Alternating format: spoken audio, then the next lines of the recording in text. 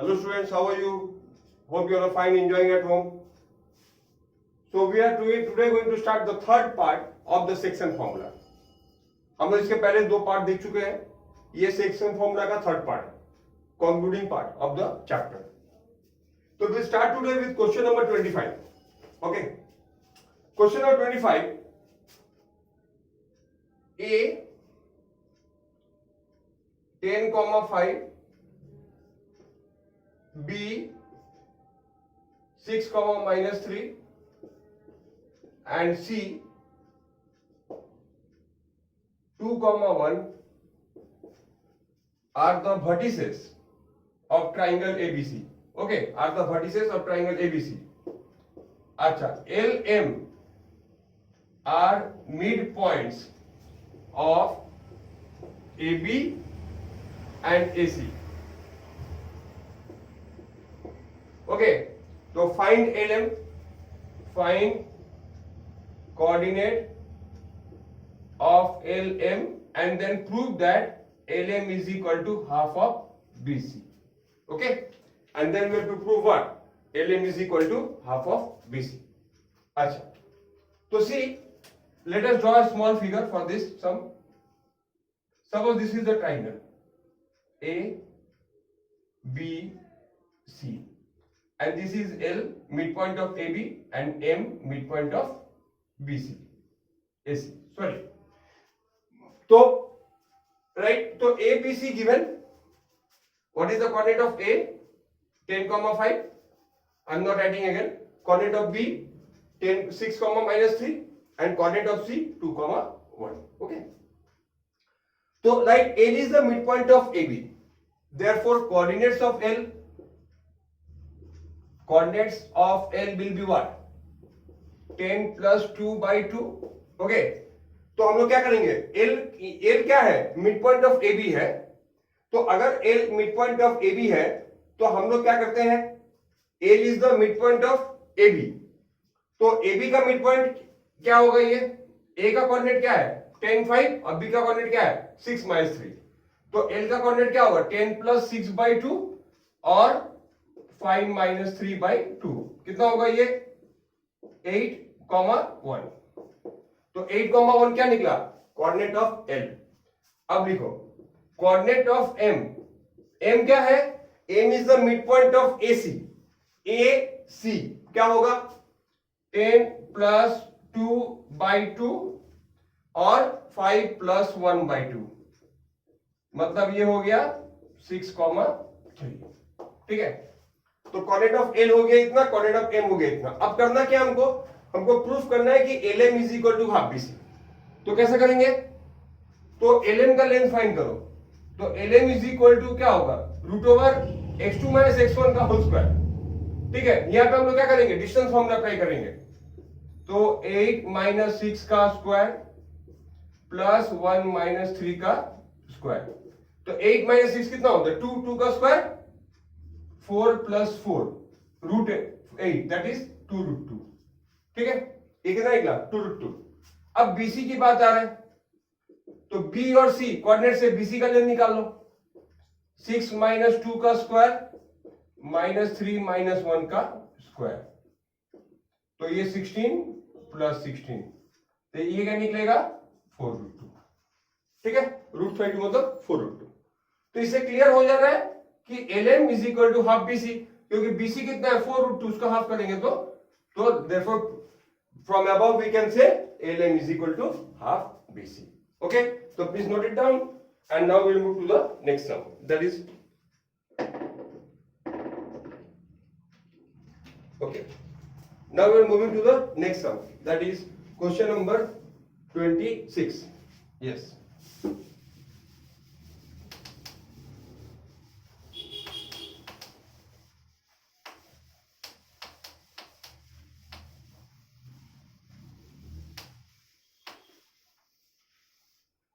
Okay. Question number 26.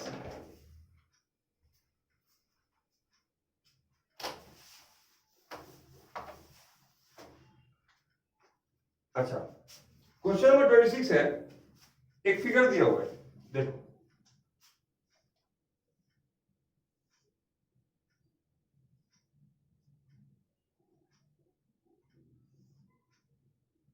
ये B point है, ये ए पॉइंट है और ये मिड पॉइंट है, ठीक है, this is the mid point. Okay, तो मिड पॉइंट क्या है? The question, the mid point of the line segment A B, तो this is the mid point. Coordinate कितना दिया हुआ है? 4,-3। ओके, तो यहां पे क्या बोला? The mid point of the line segment A B shown in the adjoining diagram is 4,-3.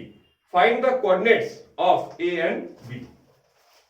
Okay, तो हम लोग जैसा देख पा रहे हैं, ये एक्स एक्सिस है और ये वाई एक्सिस है, तो इसका मतलब ए कहां पे लाई कर रहा है? एक्स एक्सिस पर। तो ए का कोऑर्डिनेट को हम क्या मान सकते हैं? A0।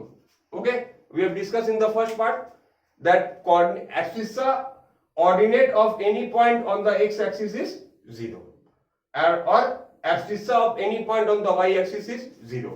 तो b का कोऑर्डिनेट क्या मान लेंगे? 0, b। ठीक है, तो चूंकि a कहां लाई कर रहा है? x एक्सिस पर, तो अगर a x एक्सिस पर लाई कर रहा है, दूसरा कोऑर्डिनेट हम क्या मान लिए? a, 0, और b कहां लाई कर रहा है? y एक्सिस पर, दूसरा कोऑर्डिनेट क्या मान लिए? 0, b। ठीक है, अच्छा अब लिखो let a, 0, b, 0, b be the coordinates। Okay, अच्छा अब ये 4,-3, 4,-3 is the midpoint of AB। Okay, 4,-3 क्या होगा? Mid point of AB। Therefore हम क्या बोल सकते हैं? 4,-3 is equal to midpoint formula लगा दो, तो x1 क्या है? 0, तो 0 प्लस a/2 और b प्लस 0/2। ठीक है, क्लियर हुआ? तो 4,-3 इज इक्वल टू क्या होगा? 0 प्लस a/2, b प्लस 0/2। अब इसको अलग अलग कर लो, ये दोनों क्या है? सेम पॉइंट्स है, हम लोग वीडियो 2 में ऐसा सम देखे थे। तो a/2 equal to 4 implies a equal to 8 और b/2 इक्वल टू -3, तो b इक्वल टू -6। ओके, तो कोऑर्डिनेट ऑफ a कितना होगा? a का कोऑर्डिनेट क्या होगा? बोलो। a का कोऑर्डिनेट होगा 80 और b का कोऑर्डिनेट क्या होगा? 0, -6। ठीक है, this is the coordinate of b। Okay, अच्छा now after this we will go to question number 28। Question number 28, the two vertices of a triangle are, देखो क्वेश्चन नंबर 28 क्या है? Two vertices are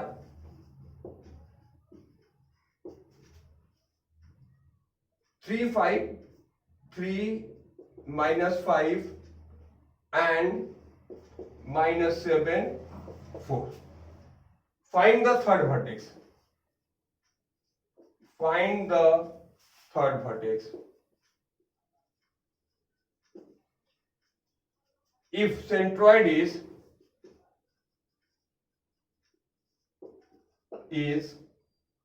कितना? If the centroid is 2, -1। मतलब क्या है? एक triangle का क्या क्या दिया हुआ है इसमें? एक ट्राइंगल का 2 वर्टेक्स दिया हुआ है और सेंट्रॉइड का कोऑर्डिनेट दिया हुआ है। इससे हमको क्या करना है? इस इंफॉर्मेशन से हमको थर्ड वर्टेक्स को फाइंड करना है। ओके, तो सेंट्रॉइड, तो लेट द, हम लोग स्टार्ट करते हैं, let the third vertex be a, b। ठीक है, क्या मान लिए? कि थर्ड वर्टेक्स को a, b मान लिए। अच्छा, second line, 2, -1 is the centroid of the triangle जो हैविंग द वर्टिसेस इतना इतना इतना। इसका मतलब ये 2, -1 क्या है? Is the centroid of the triangle whose vertices are this, this and this। Okay, तो therefore 2, -1 क्या होगा? हम लोग को पता है सेंट्रॉइड का फॉर्मूला क्या है? x1 हम लोग क्या बताए थे? x1 plus x2 plus x3/3। अच्छा यही लिख दे, x1 plus x2 plus x3/3 और y1 plus y2 plus y3/3, right? तो 2, -1 क्या हो जाएगा? 3 माइनस 7 प्लस ए बाई 3 और minus 5 plus 4 plus b by 3। Okay, तो यहां से क्या निकलेगा 7 minus 4 a minus 4 equal to 6, यानी कि ए कितना निकल गया 10 और b minus 1 equal to minus 3। ठीक है, अगर हम इन दोनों को इक्वेट कर रहे हैं तो हमको ये मिल रहा है। अब हम इन दोनों को इक्वेट कर रहे हैं तो -5 प्लस 4 कितना होता है -1, तो b माइनस 1 और 3 इंटू -1 -3, तो b इक्वल टू क्या निकला -2। तो कोऑर्डिनेट ऑफ थर्ड वर्टेक्स कितना है students 10, -2, that is the coordinate of the third vertex. Okay, अच्छा, now we are going to do some extra sums, extra sum which is not here. Okay, तो ये आप लोग लिख लिए होंगे, तो let's do some extra sums. तो exercise questions are over, now we will do 2 or 3 extra sums which may come in the exam। अच्छा, question number 1, the base BC, question number 1, BC of an equilateral triangle lie on y axis, C coordinate is 0, -3, if origin is midpoint of BC, find coordinate of A and B। ठीक है, question क्या बोला है कि एक equilateral triangle है जिसका base BC y axis पर लाई कर रहा है। ठीक है, जिसका बेस कहां लाई कर रहा है y एक्सिस पर। ओके, और अगर ओरिजिन BC का मिड पॉइंट है, मतलब फिगर बनाते हैं, चलो मान लो ये B है और ये C है और ये ओरिजिन है, तो C का कोऑर्डिनेट कितना दिया हुआ है 0, -3। देखो, अगर ओरिजिन मिड पॉइंट होगा तो इसका मतलब A वर्टेक्स कहां लाई करेगा ऑन द x एक्सिस, कहां लाई करेगा, क्योंकि ये ऑल्टीट्यूड क्या होगा हमेशा परपेंडिकुलर होगा। ये जो साइड बाइसेक्टर होगा, जो मीडियन है, ये इक्विलैटरल ट्रायंगल है। तो इक्विलैटरल ट्रायंगल में क्या होता है कि जो median is also the perpendicular bisector. तो median is the perpendicular bisector, इसका मतलब जो परपेंडिकुलर बाइसेक्टर है ओरिजिन से पास करेगा, तो ऑब्वियसली क्या होगा y एक्सिस के परपेंडिकुलर क्या होता है x एक्सिस होता है। तो इसका मतलब a will lie on the x axis. अच्छा, इसका कोऑर्डिनेट हमको नहीं पता, तो चलो मान लेते हैं इसका कोऑर्डिनेट क्या है a 0 है। अच्छा, इसको ज्वाइन करो। अब देखो, यहां पर बोला है कि origin is the mid point of BC, इसका मतलब, और ये मेजरमेंट दिया हुआ कितना 0, -3, इसका मतलब ये जो लेंथ है वो कितना है 3 यूनिट्स, क्योंकि इसका कोऑर्डिनेट कितना दिया हुआ है 0, -3, इसका मतलब ये कितना लेंथ हुआ 3 यूनिट। अगर ये 3 यूनिट है तो ये भी 3 यूनिट होगा, क्योंकि ये तो मिड पॉइंट है ना। तो अगर इतना 3 यूनिट है तो इतना भी क्या होगा 3 यूनिट होगा। तो कोऑर्डिनेट ऑफ B क्या होगा, कोऑर्डिनेट ऑफ B होगा 0, 3। ठीक है, अब जरा सोचो, तो इसका मतलब ये जो OB का लेंथ कितना हो गया 3 यूनिट। अब पूरे ट्राइंगल का लेंथ कितना है, what is the side of the length of the side 3 + 3 6। तो इसका मतलब BC हो गया, BC का लेंथ कितना निकला 3 + 3 कितना हो गया 6 यूनिट्स। तो अगर BC का लेंथ 6 निकला तो देयरफॉर AB कितना होगा स्टूडेंट बोलो, AB भी होगा 6 यूनिट्स, राइट। AB कितना होगा 6 यूनिट होगा, तो क्योंकि ये तो इक्विलैटरल ट्रायंगल है ना। अगर तो इसका मतलब हम AB जान गए, तो अब ये हम A0 पकड़े, तो इसका मतलब इसका लेंथ क्या है A है, तो हम लोग अब इसका कोऑर्डिनेट निकालेंगे। ठीक है, तो इन ट्राइंगल AOB, चलो आराम से पाइथागोरस थ्योरम अप्लाई कर सकते हैं। तो OA² क्या होगा, ये 90 डिग्री है, तो हाइपोटेन्यूज क्या बनता है AB² - OB²। ठीक है, AB² - OB²। अब AB क्या है 6², अब -OB क्या है 3², 36 - 9 27,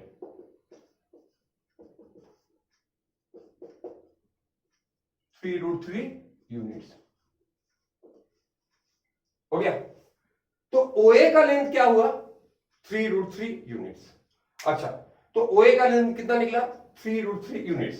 तो इसका मतलब क्या कि ये डिस्टेंस हो गया 3√3, तो इसका मतलब A का कोऑर्डिनेट क्या होगा, तुम ऑब्वियसली बोल दोगे सर ये तो इजी है 3√3, 0, क्योंकि ये पार्ट तो जीरो ही है ना, ऑर्डिनेट तो जीरो है। तो अब रहा बात, ये ट्राइंगल तो ऐसे भी बन सकता था ना, ये ट्राइंगल तो ऐसे ही बन सकता था, तो इसका मतलब ए पॉइंट इधर भी आ सकता था। अगर ए पॉइंट इधर आएगा तो क्या होगा, ये लेंथ तो 3√3 ही होगा, खाली कोऑर्डिनेट चेंज हो जाएगा। इसका कोऑर्डिनेट अगर 3√3, 0 है तो इसका कोऑर्डिनेट क्या होगा -3√3, 0। तो ए पॉइंट का दो पॉसिबिलिटीज है, a point can be here, a point can be here. तो लिखो therefore the coordinates of the point A are 3√3, 0 और -3√3, 0। ओके, तो ये हो गया हम लोग का क्या total sum. Okay, now will go one sum of 2017, simple sum of the year 2017।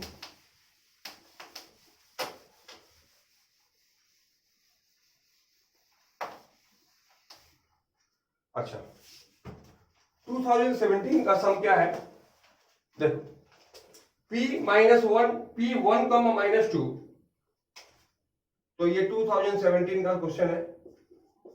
P1, -2 is a point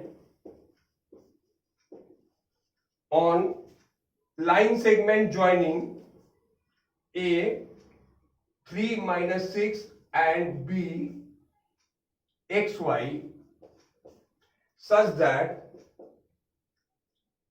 AP is to PB 2:3. Find B. Find B. ठीक है। अच्छा, तो फिगर को जरा, क्वेश्चन को जरा हम लोग डायग्रामेटिकली समझ लेते हैं।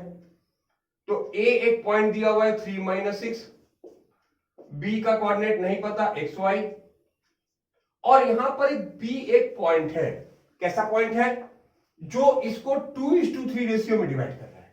समझ में गया, P जो पॉइंट है वो इसको 2:3 रेशियो में डिवाइड कर रहा है। तो हम क्या बोल सकते हैं कि P divides AB in the ratio 2:3। हो गया, तो देयरफॉर अब P का कोऑर्डिनेट क्या दिया हुआ है 1, -2, तो इसको लिख दो 1, -2। अब हम लोग यहाँ पे क्या कर सकते हैं, सेक्शन फॉर्मूला अप्लाई कर सकते हैं, क्या है वो mx2 + nx1 वाला। तो m कितना है 2, x2 कितना है x, n और ये y2, ठीक है x1। तो लिखो 2x + 3 3 या 9 by 2 + 3 5 और 2y - 18 by 5। हो गया क्लियर। ये P पॉइंट का कोऑर्डिनेट दिया हुआ है, उसको हम यहां बैठा दिए, ठीक है, उसको हम क्या किए यहां बैठा दिए, और यहां पे हम लोग क्या कर रहे हैं डिस्टेंस फॉर्मूला अप्लाई कर रहे हैं। अब ये भी P पॉइंट है, ये भी P पॉइंट है, तो दोनों का क्या होगा एब्सिस्सा सेम होगा, ऑर्डिनेट सेम होगा। तो लिखो comparing abscissa and ordinates, 2x + 9 = 5, तो 2x = -4, तो x = -2, और 2y + 18 = -10, तो 2y = 8 और y = 4।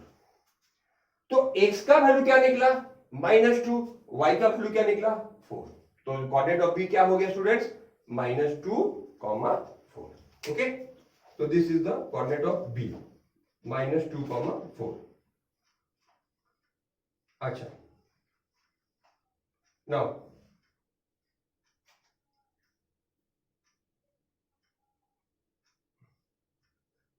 अच्छा, now we'll do one more sum. Question number, this is one more extra sum based on the midpoint theorem.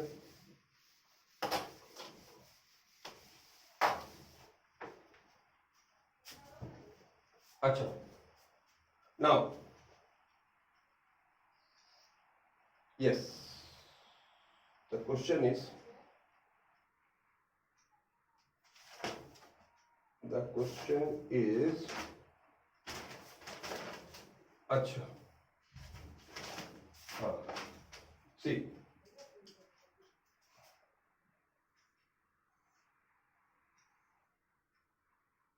A, this is y x axis, this is y axis, A, B, and this is a point P, 3, 1. Okay. So as we have done some before, A lies on x axis, B lies on y axis, and P is a point. In the adjoining figure, P31 is a point on line segment AB, such that AP is to PB 2:3. So what is given? AP is to PB is what? 2:3. So find the coordinates of A and B. Okay. So previously you have done this sum with midpoint, and now we are doing the same sum with section formula. Okay. So now we are doing the same sum with section formula. Okay. Clear? अच्छा, let's do it. So write P31. अच्छा, where is A? A is on x axis. So what will be the coordinate? A, 0. And what will be the coordinate here? 0, B. Okay. Clear? अच्छा, तो A कहां लाई कर रहा है? x axis पर ना, तो उसका कोऑर्डिनेट क्या लेंगे? A0 और y0 भी. अच्छा, तो P31 divide AB in ratio 2:3. अब देखो, तो 3, 1 तो यहां लिख दिए, क्या होगा? 2 into 0 मतलब 0, प्लस 3 into A मतलब 3A बाई 2 plus 3, 5. फिर 2 into B मतलब 2B, और 3 into 0, 0 बाई 2 plus 3, 5. ओके. फिर से वही बात, ये दोनों क्या है? सेम पॉइंट्स है. तो implies that 3 equal to 3A by 5, A equal to 5, 2B by 5 equal to 1, तो B equal to 5 by 2. तो therefore coordinate of A क्या होगा?